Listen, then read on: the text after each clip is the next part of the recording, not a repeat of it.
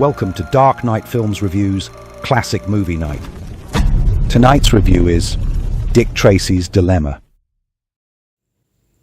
So this is the third entry in the Dick Tracy franchise that started with Dick Tracy in 1945. I just do not understand why at this point in the series, after two successful Dick Tracy movies with Dick Tracy and Dick Tracy vs. Cue Ball, with Morgan Conway playing the role of Dick Tracy and excelling at it, in my opinion, and having Anne Jeffreys just so off the charts with her chemistry with him as Tess Trueheart, why by this film you decided to just not bring back either one of those actors and replace them with Ralph Byrd and Kay Christopher. Now, there's nothing wrong with either one of those actors in and of themselves.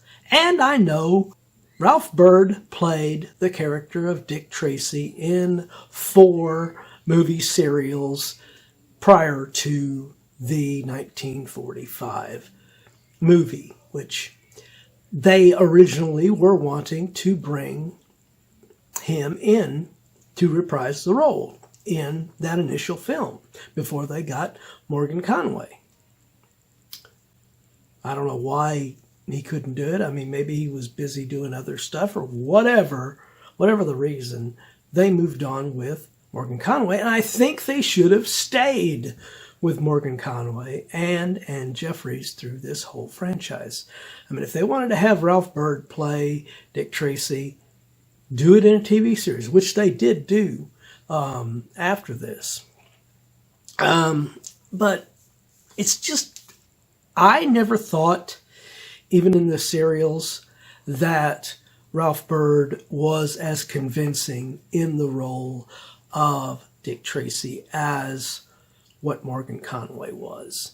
Now, Kay Christopher is fine as Tess Trueheart.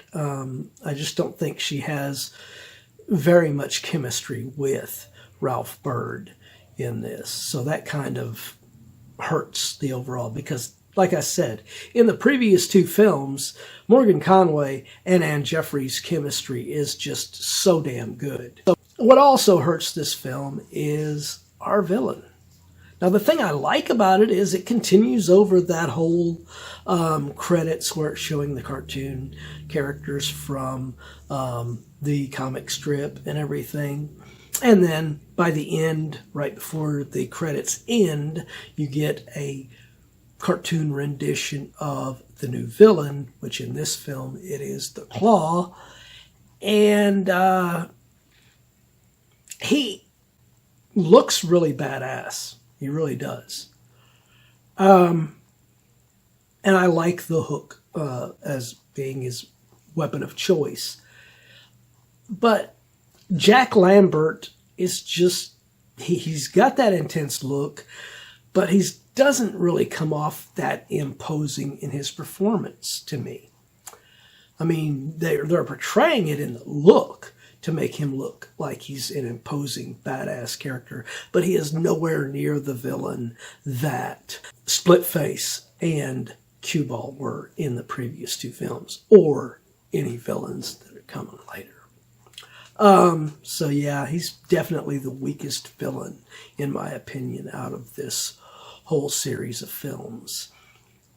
What hurts with the whole replacing Morgan and Anne in the roles of Dick and Tess is that they brought back Lyle Latell and Ian Keith playing their roles, and they're reprising their roles from the previous films. And it's just, I mean, it's like what they did with the whole Tim Burton Batman series, and then they continued it with Joel Schumacher, and they kept Pat Hingle and Michael Gough in there, but then they recast everybody else around them. I mean, it's just like, what are you doing? If you're going to restart it with new cast members, do it fresh. Do it with everybody new. So this is probably my least favorite out of the Dick Tracy films, unfortunately. If they would have kept Morgan and Anne in their roles, I think this one, even with a weaker villain, with Jack Lambert in here, I think it still could have been great, just because of, Morgan and Anne, how good they are together. But yeah, this one boggled my mind when I watched it back in the day, and it still does today, why they do that.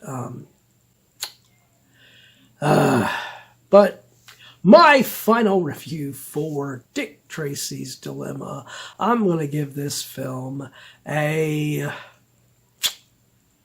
7.5 out of 10. It is just nowhere near as good as those first two films. If you saw my review for those first two films, you know that I absolutely loved those first two films. They were perfect adaptations of the comic strip character, in my opinion. This one, not so much so. But what do you guys think of Dick Tracy's Dilemma? Do you agree with my review, or do you disagree? Let me know in those comments down below. And as usual, if you enjoyed this video, do not forget to like, share, and subscribe. And don't forget to click that bell icon so you can be notified about future videos just like this one. And while you're by the subscribe button, click that join button and become a Dark Knight fan. As a Dark Knight Fan Plus member, you have access to an area on the channel right now where you can request a movie, TV series, or a ranking video of your choosing. And when that video goes up, it will go up for all Plus members prior to it going up on the channel for all other subscribers. So if you want to get interactive and help me to get more movies, TV series, or ranking videos on here that I might not normally cover, become a Plus member. Well, that's the end of another Classic Movie Night. If you missed last month's Classic Movie Night, check out the link above.